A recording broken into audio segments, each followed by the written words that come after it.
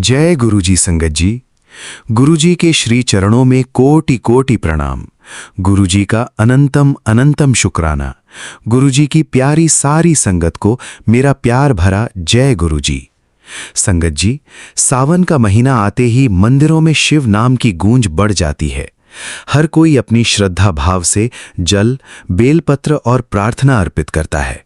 लेकिन एक दिन मुझे ऐसा अनुभव हुआ जिसने सिखाया कि केवल बेलपत्र चढ़ाना ही नहीं, बल्कि उसके पीछे का भाव भी उतना ही महत्वपूर्ण है।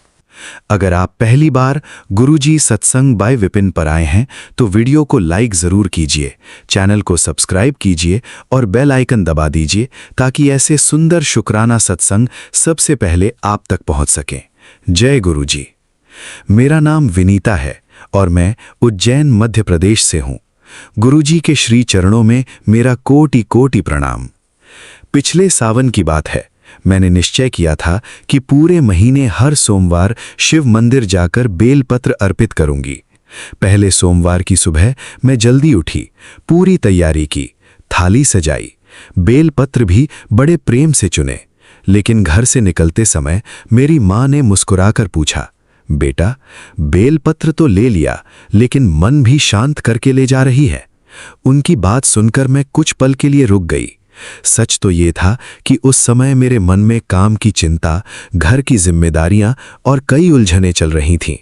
उस दिन मंदिर पहुंचकर मैंने जल्दी जल्दी पूजा करने की जगह कुछ देर शांत बैठना चुना। मैंने आंखें बंद की और मन ही मन कहा, गुरुजी, मुझे सही भाव से प्रार्थना करना सिखाइए। उसी क्षण मेरे भीतर एक बहुत सुंदर विचार आया, बेटा, बेलपत्र चढ़ाने से पहले अपने मन का बोझ उतार। जहां मन में विनम्रता और शुक्राना होता है, वहीं पूजा का सच्चा आनंद मिलता है। मैंने उसी दिन तय किया कि अब हर पूजा से पहले 1 मिनट सिर्फ शुक्राना करूंगी। घर लौटकर मैंने परिवार के साथ बैठकर दिन भर की अच्छी बातों के लिए धन्यवाद कहना शुरू किया। बच्चों ने भी ये आदत अपना ली। मेरे पति ने एक दिन कहा, घर का माहौल पहले से ज्यादा शांत लगता है। मैंने मुस्कुराकर कहा, शायद हमने मांगने से पहले धन्यवाद कहना सीख लिया है। उस सावन ने मुझे एक नई सीख दी। बेलपत्र केवल एक अर्पण नहीं, ये हमें याद दिलाता है कि श्रद्धा के साथ साथ विनम्रता, सेवा और कृतज्ञता भी जीवन का हिस्सा बननी चाहिए। आज भी जब मैं बेलपत्र अर्पित करती हूँ तो सबसे पहले यही कहती हूँ, गुरुजी, जो कुछ दिया है उसके लिए दिल से शुक्राना। सही राह पर चलने की बुद्धि और सेवा का भाव बनाए रखिए। संगत जी, मैं आप सब से भी यही निवेदन करना चाहती हूँ, जब भी मंदिर जाएं, जल अर्पित करें, बेलपत्र चढ़ाएं, तो कुछ पल अपने मन को भी शांत कीजिए। अपने परिवार के लिए प्रार्थना कीजिए, अपने माता पिता का आशीर्वाद लीजिए और जो कुछ मिला है उसके लिए दिल से शुक्राना कीजिए। गुरुजी के चरणों में मेरी यही अरदास है, हर घर में प्रेम बना रहे, हर परिवार में आपसी सम्मान बना रहे, हर बच्चे को अच्छे संस्कार मिले और हम सब के जीवन में सेवा, विनम्रता और शुक्राने का दीपक सदैव जलता रहे। शुक्राना गुरुजी, लख लख शुक्राना गुरुजी। ओम नमः शिवाय। शिवजी सदा सहाय। ओम नमः शिवाय। गुरुजी सदा सहाय। जय गुरुजी। अगर इस सत्संग ने आपके हृदय को छुआ है तो वीडियो को लाइक करें, शेयर करें, चैनल गुरुजी सत्संग बाय विपिन को सब्सक्राइब करें और कमेंट में श्रद्धा से जय गुरुजी अवश्य लिखें। गुरुजी की कृपा आप और आपके पूरे परिवार पर बनी रहे। जय गुरुजी। चैनल गुरुजी सत्संग बाय विपिन, होस्ट गुरुजी का बेटा विपिन। जय गुरुजी। शुक्राना गुरुजी। ओम नमः शिवाय। शिवजी सदा सहाय। ओम नमः शिवाय। गुरुजी सदा सहाय। मैं अपना शुक्राना सत्संग सौम्या आंटी और विपिन अंकल जी के चैनल पे साझा करना चाहती हूँ। आज का तारीख 3 अगस्त, समय 9:20। गुरुजी, संगत जी, आप सभी को कोटि कोटि प्रणाम। अगर मुझसे शुक्राना सत्संग करने में कोई भूल चूक हो जाए तो मुझे माफ़ कर दीजिएगा। ओम श्री गणपते नमः। माता पिता गुरुदेव की जय। ये मेरा शुक्राना सत्संग आज का है।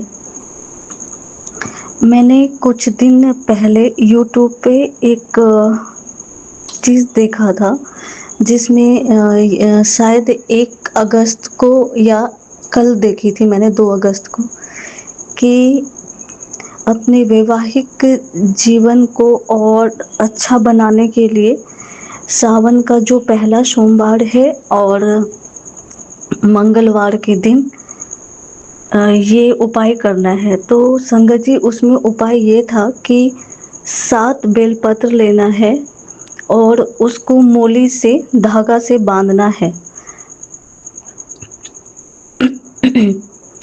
फिर उसके बाद सबको एक एक गांठ लगा करके बांधना है और मंदिर में जाके शिवालय में जा करके वो शंकर भगवान और माँ पार्वती को एक साथ चढ़ाना है वो माला बना करके। तो संगत जी क्या होता है कि वो चीज़ मैं सुबह में नहीं करती हूँ, फिर मैं सोची थी कि जब मैं वापस आऊँगी ऑफिस से तो उसको वो उपाय करूँगी। पहले मैंने सोचा क्या कि है ना, जहाँ मैं रहती हूँ यहाँ पास का एक मंदिर है तो वहाँ पे पार्वती जी का जो प्रतिमा है उसमें थोड़ा डिस्टेंस रहता है, तो शाम के टाइम में पता नहीं कि पंडित जी चढ़ाने देंगे या नहीं देंगे, तो मेरे को डाउट हो रहा था। तो मैंने सोचा क्या कि जो एक और जहाँ मेरा ऑफिस है उस आते वक्त उस रास्ते में एक मंदिर पड़ता है, बहुत छोटा सा है, वो अपार्टमेंट का मंदिर है। तो मैंने सोचा क्या कि वहाँ जाऊँगी तो वहाँ कोई दिक्कत नहीं होगा, वहाँ जा कर के मैं वो उपाय कर पाऊँगी। लेकिन संगत जी होता क्या है कि मैं जाती हूँ तो वहाँ पे माँ पार्वती जी की प्रतिमा नहीं रहता है। फिर मैं सोचती हूँ कि हे भगवान अब मैं ये चीज़ कहाँ करूँगी। फिर फिर सोची कि जब तक मेरे रूम के पास जो मंदिर है वहाँ पे जाऊँगी तो कहीं वो बंद ना हो जाए और पता नहीं पंडित जी करने देंगे कि नहीं देंगे। तो मैं अपने मन में सोचने लगी और मंत्र जाप करने लगी कि कैसे होगा क्या होगा। फिर मन में सोच रही थी कि गुरुजी अगर कराना चाहेंगे तो ये ज़रूर होगा। एक पल के लिए मैंने ऐसा सोची और फिर मैं मंत्र जाप करने लगी। तो संगत जी क्या हुआ कि मुझे जो जो शिवालय का याद आ रहा था वहाँ पे जो पहला जो मैंने देखा जो मेरे ऑफिस के पास था उसमें माँ पार्वती का नहीं, फिर उसके बाद बीच रास्ते में उसमें नहीं। फिर मैं जब मंत्र जाप करने लगी तब मेरे को ख्याल आया कि एक शीतला माता का मंदिर है, वहाँ पे ये उपाय हो सकता है, मैं कर सकती हूँ। जब मैं गुरुजी का मंत्र जाप करने लगी और मेरे को अजीब सा डर लगने लग गया कि है ना शायद मैं नहीं कर पाऊँगी, लेकिन जैसे ही मैंने गुरुजी का महामंत्र जाप की तो मुझे उस शीतला मंदिर के बारे में याद आया। फिर मैं जब फिर सोची क्या कि है ना जाती हूँ वहाँ पे करूँगी, वहाँ पे तो कोई मुझे रोकेगा टोकेगा नहीं, और अगर मंदिर बंद होगा तो लोग मुझे पहचानते हैं कि पहले मैं पूजा में जाती थी अभी नहीं जाती हूँ, तो मैं खुलवा लूँगी।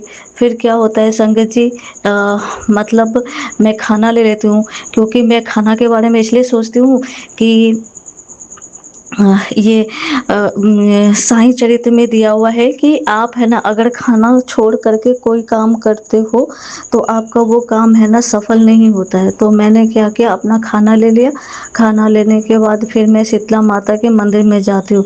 जब मैं शीतला माता के मंदिर में जाती हूँ तो फिर मैं शिवलिंग को देखने लगती हूँ, ठीक है, और यहाँ बारिश भी हो रही है तो शिवलिंग को देखती हूँ। फिर एक लेडी रहती है तो मैं उनसे पूछती हूँ कि जब मैं जैसे ही मंदिर जाती हूँ तो देखती हूँ कि वो पत्थर का पोस्टर बना हुआ रहता है जिसमें माँ पार्वती जी और शंकर भगवान रहते हैं, और उसमें एक हुक भी लगा रहता है कि जिसमें आप माला पहना सकते हो, ठीक है। पहले मैं सोची क्या कि इन्हीं को पहनाना पड़ेगा, लेकिन जो उपाय बताया गया था उसमें था कि शंकर भगवान शिवलिंग और माँ पार्वती को माला बना के पहनाना है। फिर मैंने उनसे पूछा, फिर मैं ढूंढने लगी तो उन्होंने बोला कि हाँ है, जो दुर्गा माता का जो ये स्वरूप रहता है, वो उसके साथ फिर मैं एक और मूर्ति रखा रहता है, तो मैं उसको ध्यान से देखती हूँ, तो वो है ना लक्ष्मी माता का रहता है, क्योंकि लक्ष्मी माता के जो प्रतिमा रहती है उसमें वो जो एक अलग टाइप से रहता है ना, कैसे मैं बताऊँ, मैं बता नहीं पा रही हूँ। तो मैं क्या करती हूँ कि वो माला बनाने लगती हूँ, तो मेरे मन में फिर डाउट होने लगता है क्या कि है ना, पता नहीं, मैंने वो जो छोटा वाला शिवालय था वहाँ पे भी बेलपत्र चढ़ाया था, और तो पता नहीं 7 बेलपत्र भी पूरा होगा कि नहीं होगा। लेकिन पता है संगत जी, गुरुजी का चमत्कार देखो कि जो आंटी रहती हैं वो मुझे क्या कहते हैं 12 बेलपत्र देती हैं। 12 बेलपत्र में से मैं कुछ बेलपत्र वो छोटा वाला जो शिवालय रहता है वहाँ चढ़ाती हूँ, फिर उसके बाद यहाँ जहाँ पे मैं माला बनाती हूँ, माला बनाने के बाद भी मेरा मतलब बच जाता है। जब मैं संगत जी माला बनाने लगती हूँ तो पहले मन में डाउट होने लगता है, पता नहीं पूरा बेलपत्र होगा कि नहीं होगा। मैं गुरुजी का मंत्र जाप करते करते हुए अपना काम करने लगी, क्योंकि मैं घबरा गई थी कि है ना हो पाएगा कि नहीं। पहले मन में आया कि मंदिर खुला होगा कि नहीं, फिर दूसरी बात की है ना बेलपत्र पूरा होगा कि नहीं। फिर जैसे हम स्वेटर बनाते हैं तो स्वेटर में कैसे घर बनाते हैं ऊन को ऐसे फोल्ड करके, तो पहले मैंने उस तरह से करने का सोचा। फिर मेरे मन में आया कि उसमें उन्होंने बोला था गांठ बांधने के लिए, तो फिर उसको खोला, फिर मैं मंत्र जाप करते करते है ना माला बनाई, क्योंकि मैं बहुत घबरा रही थी। जब मैं मंत्र जाप करते हुए काम करने लगी तो मैं उतना घबरा नहीं रही थी। फिर संगत जी माला बनाई तो वो ऐसे फोल्ड हो जा रहा था, लेकिन तब भी मैंने गुरुजी का मंत्र जाप किया कि मैं पेशेंस से काम कर सकूं। फिर माला बनाई, फिर वहाँ लोहे का ग्रिल रहता है वहाँ उसमें थोड़ा बांध करके फिर उसको सीधा किया। फिर शिवालय के अंदर गई। शिवालय के अंदर जाने पर भी क्या हुआ कि पहले मेरे को लगा कि पता नहीं पूरा होगा, मतलब वो जो लंबाई है वो पहुँचेगा कि नहीं पहुँचेगा। लेकिन संगत जी आप भरोसा नहीं करोगे कि वो माला इतना अच्छे से हो गया कि वो ज़्यादा लंबाई का हुआ। मैं एकदम गुरुजी का मंत्र जाप करते हुए पहले शिवलिंग में माला को पूरा पहनाई। उसके बाद माता रानी का जो प्रतिमा था ये स्वरूप, उसके साथ है ना मैंने माला को पहनाई। पहले मैंने सोचा ऐसे पहनाती हूँ, फिर मैं बोली नहीं, माला का तो मतलब होता है कि वो बंधा हुआ होना चाहिए, खुला हुआ नहीं होना चाहिए। फिर मैंने बांधी तो फिर मेरे मन में डाउट होने लगा कि पता नहीं इसकी लंबाई पूरी होगी कि नहीं। लेकिन संगत जी गुरु जी की कृपा से उसकी लंबाई इतनी अच्छी हो गई कि वो माला मैंने अच्छे से पहनाया और यहाँ तक नीचे कर दिया कि जैसे कोई भी अगर पूजा करने आए तो उनको कोई तकलीफ ना हो। फिर मेरे मन में ये भी ख्याल आया कि अगर मैं सुबह करती तो लोग पूजा करने के वक्त है ना उस चीज़ को हटा देते। तो संगत जी मैंने बहुत अच्छे से गुरु जी के कृपा से है ना मैंने अपना ये उपाय की। और थैंक यू सो मच गुरु जी। अगर आप मेरा साथ ना देते तो मेरे मन में डाउट होता। ऐसे ही ना अभी थोड़ी कुछ प्रॉब्लम चल रही है, जिसकी वजह से मन में ऐसे ही है ना उलझन होने लगता अगर ये मैं उपाय अच्छे से नहीं कर पाती। Guruji thank you so much, I love you so much Guruji कि आपने है ना ये उपाय मेरा हाथ पकड़वा के करा दिया। Guruji thank you so much Guruji, thank you so much Guruji. Guruji अगर मेरे परिवार के किसी भी सदस्य में से अगर हर वक्त हर पल हर जन्म हर लम्हा के लिए अगर गलती हो गई तो माफ़ कर देना। मैं अपने कुल देवता कुल देवी और अपने सभी पितरों से है ना माफ़ी मांगती हूँ। मैं और मेरे परिवार के किसी भी सदस्य से अगर गलती हो गई हो तो माफ़ कर दीजिएगा, हर वक्त हर पल हर जन्म हर लम्हा के लिए। गुरुजी संगत जी अगर मुझसे शुक्राना सत्संग करने में गलती हो गई हो तो मुझे माफ़ कर दीजिएगा। थैंक यू सौम्या आंटी और Vipin uncle ji, thank you so much कि आप लोगों की वजह से हम संगत अपनी सत्संग को शेयर कर पाते हैं। आपके और गुरु जी की कृपा और आपकी वजह से हम लोग अपनी सत्संग को शेयर कर पाते हैं। तो गुरु जी आपको, आपके परिवार के और आपसे जुड़े सभी सदस्यों को थैंक यू सो मच, हर वक्त, हर पल, हर जन्म, हर लम्हा के लिए। गुरुजी और संगत जी, मैं अपने सत्संग को आगे सत्संग को गुरुजी के आगे बढ़ाती हूँ गुरुजी के महामंत्र जाप से। ओम नमः शिवाय, शिव जी सदा सहाय। ओम नमः शिवाय, गुरुजी सदा सहाय। ओम नमः शिवाय, शिव जी सदा सहाय। ओम नमः शिवाय, गुरुजी सदा सहाय। ओम नमः शिवाय, शिव जी सदा सहाय। ओम नमः शिवाय, गुरुजी सदा सहाय। Thank you Guruji, love you Guruji, so much गुरुजी।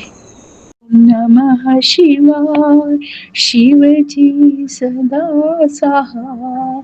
ओम नमः शिवाय, गुरुजी सदा सहाय, शिवजी सदा सहाय। जय गुरु जी। मैं आपकी बेटी गीता विपिन अंकल स्वामी आंटी जी के चैनल के माध्यम से आज सोमवार, श्रावण माह का सोमवार, शिव जी के उपवास व्रत का अत्यंत पावन दिन है, अर्थात हमारे महादेव और हमारे गुरुदेव जी के पूजन, उपवास और आध्यात्मिक यात्रा को आगे बढ़ाने की बहुत ही पवित्र दिन है। हम सब वैसे हम सब अपने महादेव और गुरुदेव के चरणों में बारंबार अपना संपूर्ण समर्पण, अपने संपूर्ण भावनाओं को समर्पित करते हुए बारंबार उनके चरणों के फूल बनकर हम रहना चाहते हैं और हम अपने महादेव गुरुदेव के चरणों में उनके प्रिय संतान बनकर उनके आशीषों को प्राप्त करते हुए अपना सांसारिक दायित्व को निभा रहे हैं।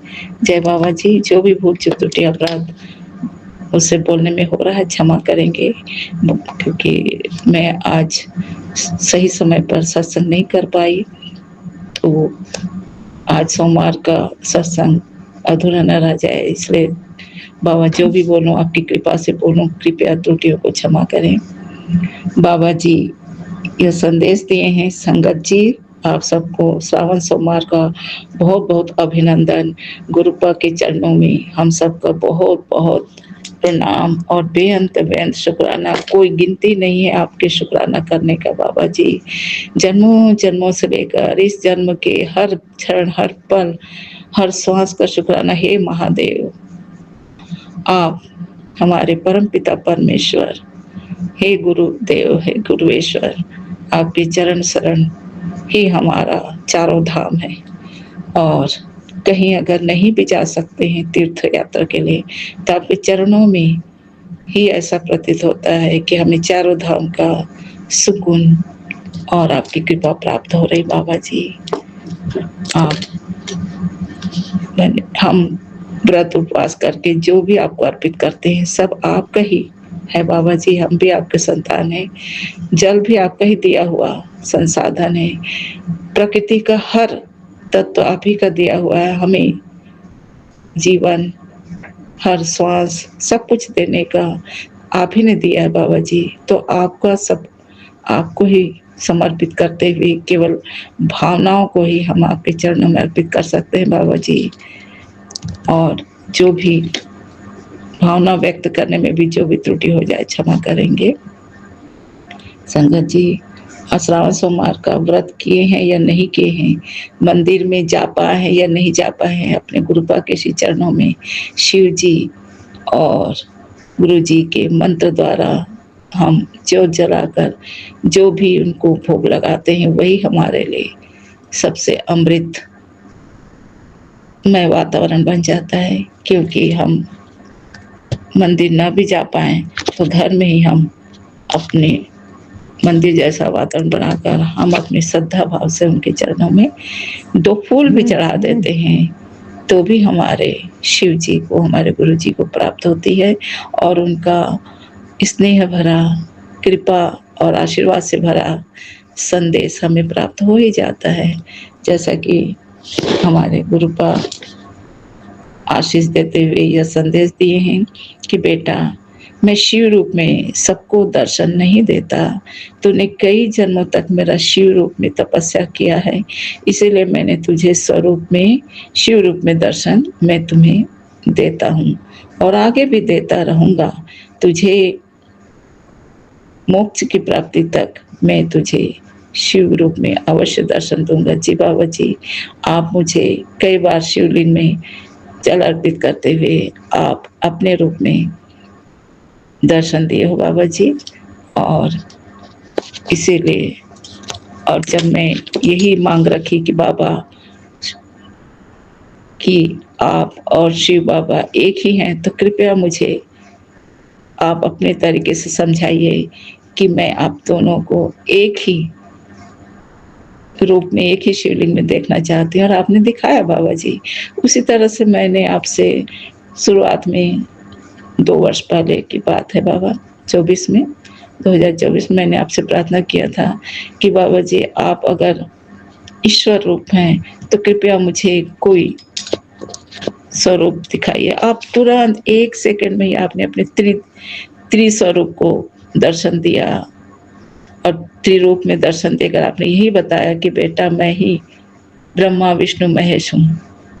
और तब से मैं और भी जब जैसे मन में प्रश्न आया मैं पूछती गई और बाबा आपने मुझे शिव रूप में, शिवलिंग में और गुरु रूप में, आप महाशिव रूप में दर्शन दिए हैं।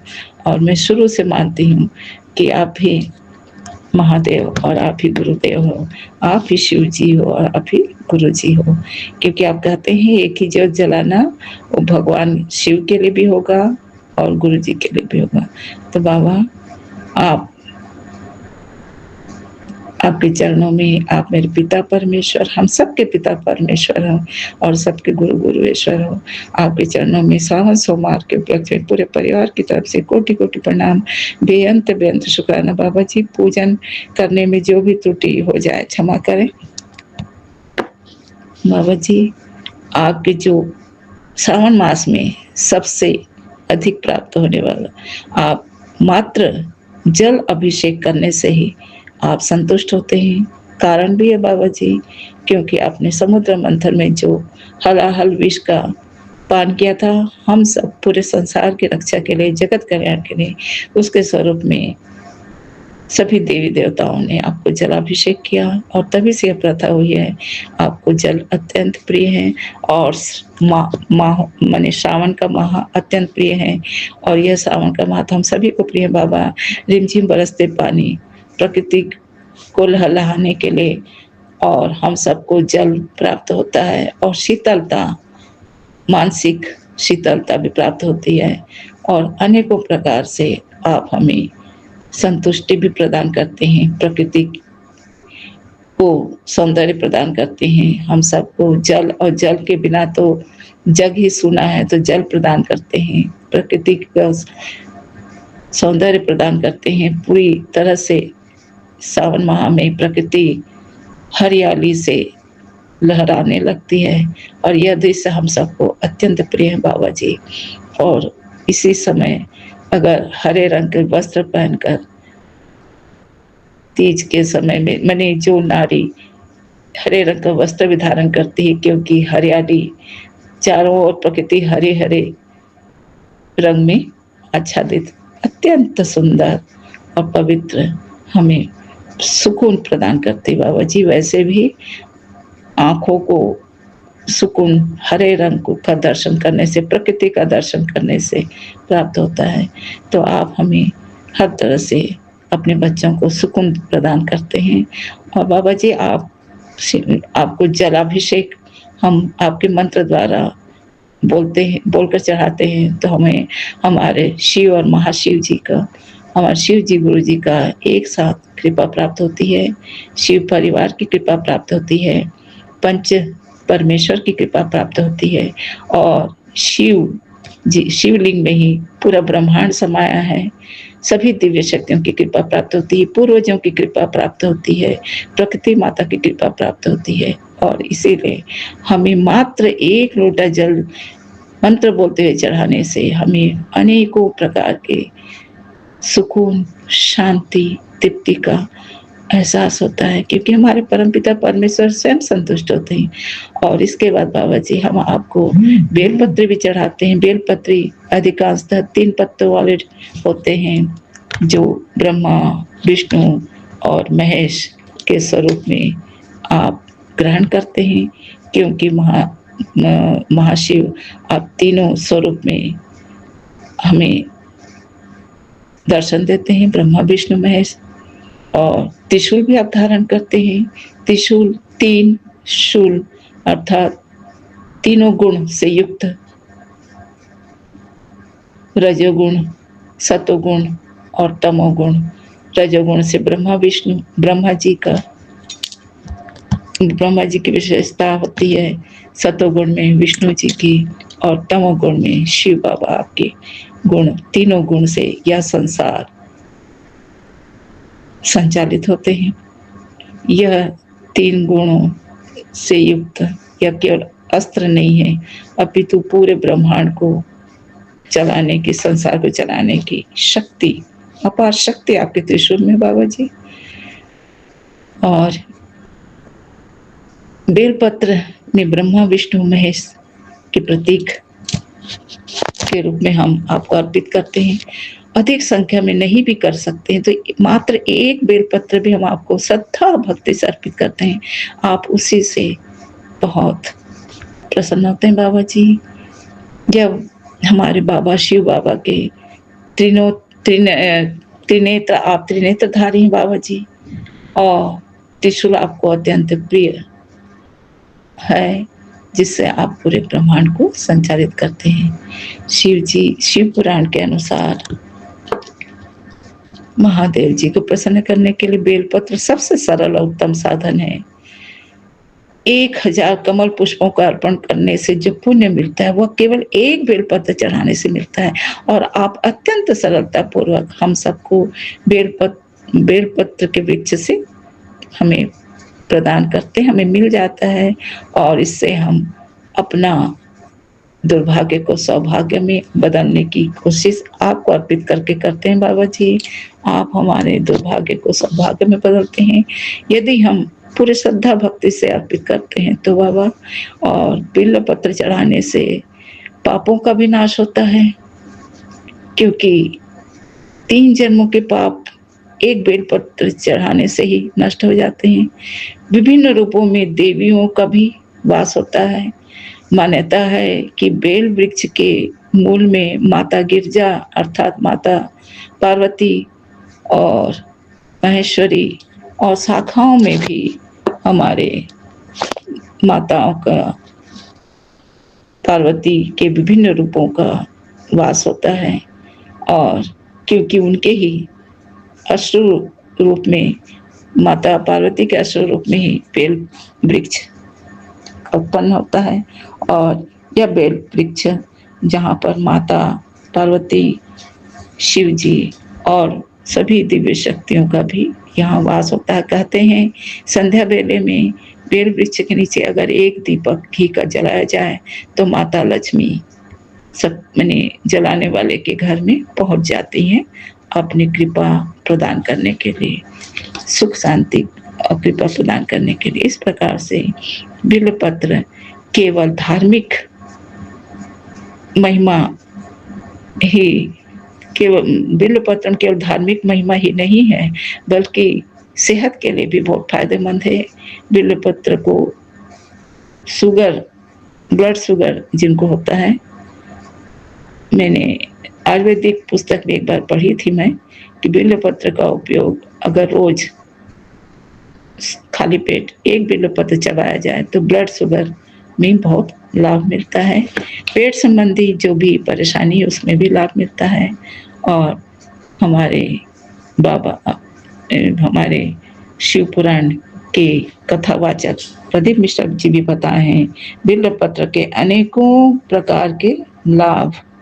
और बिल्वपत्र को हम अपने बाबा को जब ओम लिखकर या राम लिखकर या चंदन टीका लगाकर, ये चावल लगाकर भी अर्पित करते हैं, तो मानो वह हमारे सहस्त्रों बीमारियों को दूर करते हैं, हमारे अपराधों को क्षमा करते हैं, हमारे पापों को नष्ट हमारे शिव जी करते हैं, क्योंकि सावन का माह हमारे शिव जी को अत्यंत प्रिय है।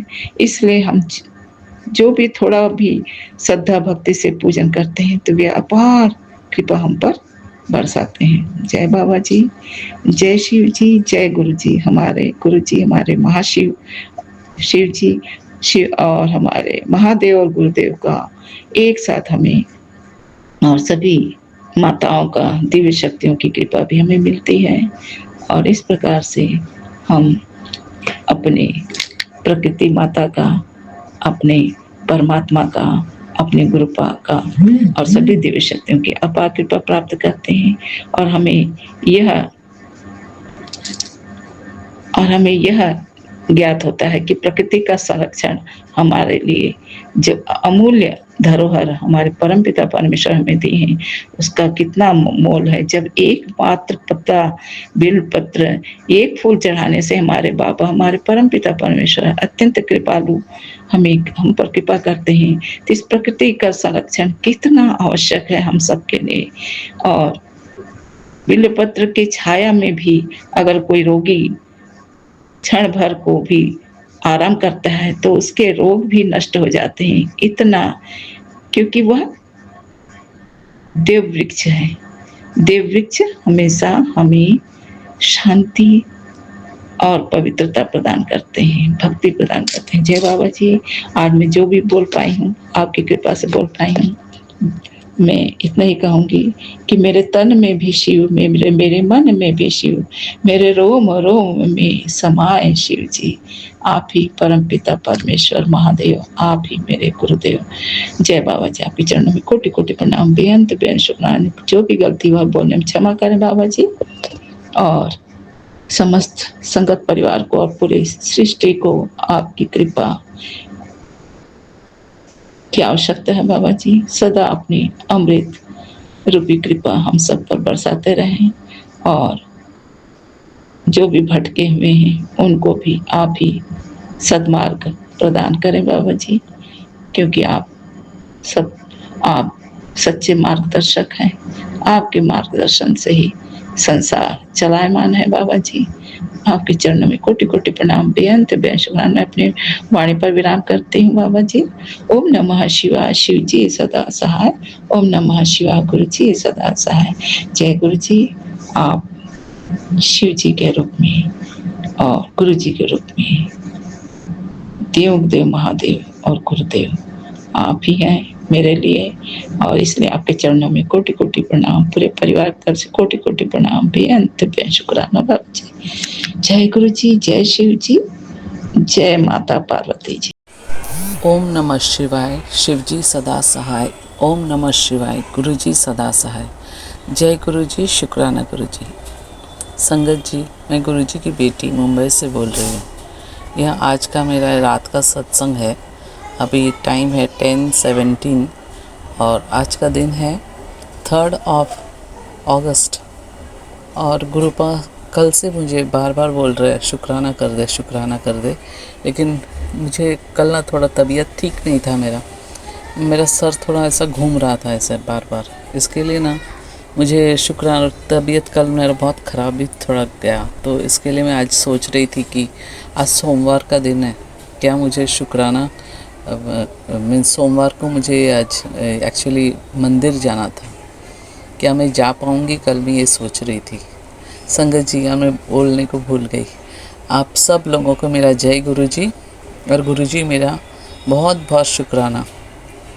संगत जी, कल ना मेरा बहुत तबीयत ख़राब जैसा था, पूरा रात का टाइम तो ज़्यादा ही हो रहा था, बार बार मोशंस हो रहा था और मेरा सर भी ना चकरा रहा था, ऐसा बेड पे सो के भी ना मेरा ऐसा सर घूम रहा था, अभी भी हल्का हल्का है। लेकिन और कल से मैं कल वही सोच रही थी कि सोमवार, फर्स्ट सोमवार को मैं श्रावण का मैं जा पाऊँगी क्या नहीं मंदिर, लेकिन गुरुजी ने आज सुबह से मेरा तबीयत ठीक कर दिया। सुबह से मुझे वही, मैं पूरा दिन रात को कल मैं सोच रही थी जा पाऊँगी सुबह मैं मंदिर, क्या नहीं क्या नहीं, लेकिन सुबह आज देखा मैं थोड़ा बेटर थी, तो इसके लिए मैं आज मंदिर चली गई थी सोमवार को। ये मेरा फर्स्ट श्रावण का सोमवार था, तो मैं गई थी, तो बहुत अच्छा लगा मन को भी कि मुझे बाहर में आके गुरुपा को शुक्राना किया कि गुरुपा अच्छा हो गया, मैं आपने मेरा पैर भी थोड़ा ठीक हो गया और मेरा मोशंस भी बेटर हो गया, तो इसके लिए मैं जा पाई। मैं पहले से वही सोच रही थी कि शायद मुझे जाने को नहीं होगा, लेकिन मुझे हुआ। शुक्राना गुरुपा, शुक्राना। संगत जी, यही मेरा एक छोटा सा ऐसे ही शुक्राना है कि गुरुपा आपने जो भी दिया है सब कुछ बहुत अच्छा दिया है, और जो भी आपने हमें, जो कुछ भी हमें आप सिखा रहे हो, बहुत सारा जो कुछ भी आपका प्रिंसिपल्स है, जो भी है, जो बहुत ही अच्छा गुरुपा। ये मैंने कभी सोचा नहीं था कि मेरा ये लाइफ टाइम में कभी मुझे ऐसा गुरुजी मिलेंगे। मेरा मम्मी का तो गुरुजी था, लेकिन सच बोलूँ मुझे वो पसंद ही नहीं था। वो गुरुजी जो आते थे हमारे घर पे, वो हमेशा खाली पॉलिटिशियंस के बारे पे ही खाली बैठे बैठे बातें करते थे। कभी भगवान का तो एक बार भी नाम नहीं लेता था, लेकिन था गुरुजी। लेकिन मुझे वो गुरुजी के नाम बिल्कुल, मम्मी जब भी बोलता था ना उसका पैर पड़, डैडी बोलता था पैर पड़, मैं भाग जाती थी उससे, क्योंकि ना मुझे ज़रा भी उसके अंदर गुरुजी का कुछ साइन ही नहीं दिखता था वो आदमी के अंदर। जो मीन्स गुरुजी मेरा मम्मी पापा का जो था, कभी भी बैठ के खाली सिगरेट पिएंगे, ऐसा फूकेंगे, और खाली पॉलिटिशियंस के ही बात करते थे। गुरुजी मीन्स तो भगवान का कुछ तो बात करे, एक भी बात कभी सुना नहीं था। लेकिन मुझे इसके लिए श्रद्धा बिल्कुल नहीं था वो गुरुजी पर। तो अभी का, लेकिन मुझे जो अब गुरुजी मिला है, ये तो परमेश्वर ही मिला, शिव जी खुद है। मैं तो माँ के पास, मैं तो माँ काली के पास कितना मैं रोती थी, माँ मेरे लिए गुरुजी भेजो। लेकिन सच में गुरु माँ ने इतना अच्छा, माँ ने शिव जी को ही भेज दिया। शुक्राना माँ, शुक्राना। संगत जी, यही मेरा एक छोटा सा एक शुक्राना था कि गुरुपा मुझे कितने सारे भजन भेज रहे हैं कि मेरा शरीर का जो भी सब कष्ट है सब कट जाए। मेरा बेटे का ऊपर सब कितने एक्सीडेंट का सब खतरा आ रहे, वो सब भजन सुना के 108 बार करके भजन सुना रहे गुरुपा। कंटिन्यू मुझे अभी भजन का ही सब ये आते हैं, सुनने के लिए आते हैं, तो कंटिन्यू 1-2 सत्संग आते हैं ऐसा, बाकी सब भजन आते हैं। तो गुरुपा को मैं शुक्राना करती हूँ। शुक्राना गुरुपा, आप हमारे कितने ख्याल रखते हैं। और मेरा बेटा का भी गुरुपा ने वो दिन एक बहुत बड़ा एक जो संकट था मेरा बेटा के लिए, वो भी गुरुपा ने काट दिया। शुक्राना, शुक्राना, लख बार शुक्राना गुरुपा। गुरुपा बार बार मुझे बोल रहे थे कि तेरा बेटा का लाइफ बहुत छोटा है, तेरा उसका उम्र बहुत छोटा है। मैं गुरुपा को इसीलिए यही बोला मेरे मन में, जो गुरुपा अगर उसका बेटा, मेरा बेटा का अगर लाइफ छोटा है ना, तो उससे पहला मुझे ले लो, मुझे रहना ही नहीं है। आँख के सामने ऐसा मैं कभी देख नहीं पाऊँगी। तो गुरुपा ने वो दिन कह भी दिया कि उसका लाइफ को मैंने ब्लेस कर दिया और उसका उम्र बढ़ा दिया बेटा का। शुक्राना गुरुपा, तहे दिल से शुक्राना करती हूँ।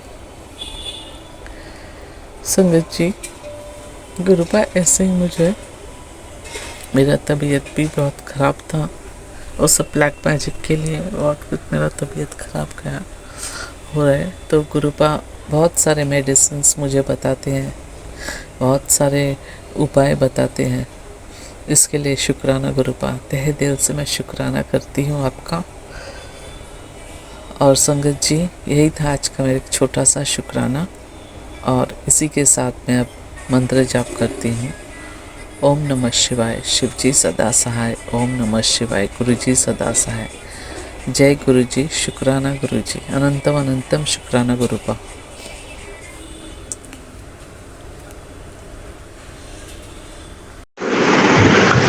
जय गुरु जी। मैं रेशमा सिंह, विपिन अंकल और सोम्या आंटी के चैनल पे अपने सत्संग को साझा करेंगे। अभी समय हो रहा 9:26 संध्या वेला, और आज है 3 अगस्त संध्या वेला। तो जय गुरु जी, जय संगत जी, विपिन भैया और सोम्या भाभी को भी जय गुरु जी, सभी संगत को जय गुरु जी। ओम नमः शिवाय सिद्धि सदा सहाय। ओम नमः शिवाय गुरु जी सदा सहाय। शुक्राना गुरु जी, अनंतम अनंतम शुक्राना अपने चरण कमलों में लगाए रखने के लिए, अपनी संगत बनाने के लिए शुक्राना, बार बार शुक्राना गुरु जी। मैं अपने दोनों बच्चों और पति की तरफ से शुक्राना करती हूँ, सभी संगत की तरफ से शुक्राना करती हूँ। इधर मुझे जैसे धुनी देने के लिए वो सत्संग मुझे बार बार आ रहे हैं, तो मैंने नहीं मंगाया, मैं भी अपने घर पर नहीं हूँ, तो मैं नहीं दे पाई हूँ, उसकी मैं माफ़ी चाहती हूँ गुरु जी। तो शुक्राना गुरु जी, अनंतम अनंतम शुक्राना। और मुझसे जाने जो गलती होती है मैं उसकी माफ़ी चाहती हूँ। और मैं शुक्राना करती हूँ गुरु जी का कि गुरु जी मेरे हेल्थ से रिलेटेड बहुत सारे सत्संग बात मेरे बेटे से रिलेटेड, तो गुरु जी ने को तो मैंने अपना बेटा सौंप दिया है, और उसकी देख रेख सब वो करेंगे, उसके हाथ उसका वही पकड़े हैं। तो शुक्राना गुरु जी, अनंतम अनंतम शुक्राना। इसी शुक्राने के साथ अपने सत्संग को विराम देती हूँ। ओम नमः शिवाय, शिव जी सदा सहाय। ओम नमः शिवाय, गुरु जी सदा सहाय। तो जय गुरु जी, जय श्री गुरु।